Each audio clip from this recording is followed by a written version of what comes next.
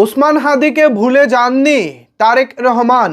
বিএনপির ভারপ্রাপ্ত চেয়ারম্যান জনাব তারেক রহমান এবার শহীদ ওসমান হাদিকে ঘিরে নতুন একটি পরিকল্পনা হাতে নিয়েছেন। আগামীকাল 25শে ডিসেম্বর দীর্ঘ প্রায় 17 বছর পর দেশে ফিরছেন বিএনপির ভারপ্রাপ্ত চেয়ারম্যান জনাব তারেক রহমান। দেশে ফেরার পরপরই নানা রকমের কর্মসূচিতে অংশগ্রহণ করতে দেখা যাবে তারেক রহমানকে।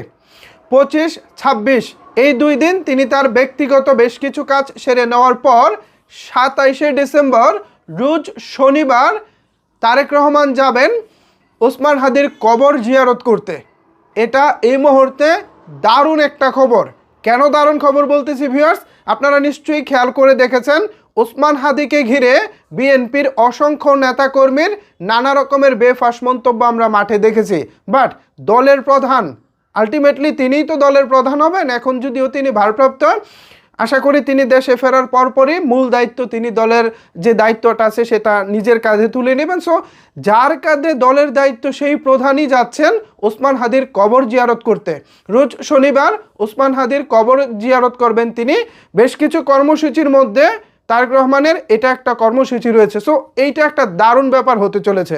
ওসমান হাদিকে যে তিনি হৃদয়ের মধ্যে ধারণ করতেছেন বা ওসমান হাদিকে নিয়ে যে তিনি ভাবতেছেন, এটাই এই মুহূর্তে সবচেয়ে বড় খবর। অনেক দল আছে এই মুহূর্তে ওসমান হাদিকে নিয়ে অনেকে কথা বলতেছে না, কেউ হয়তো বা তার বিচার চাওয়া থেকেও অনেকে বিরত আছেন। সো সেই জায়গা থেকে তারেক রহমান যখন ওসমান হাদির কবরটা জিয়ারত করতে যাবেন, সেখানে নিশ্চয়ই এই বিষয়টা নিয়ে আরও বেশি আলোচনা হবে।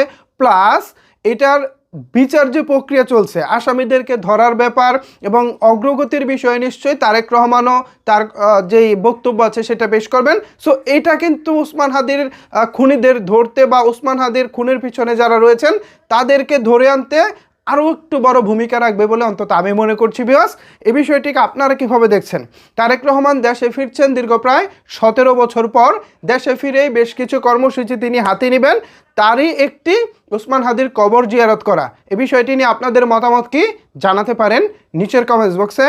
ধন্যবাদ সবাইকে এতক্ষণ আমার সাথে থাকার জন্য।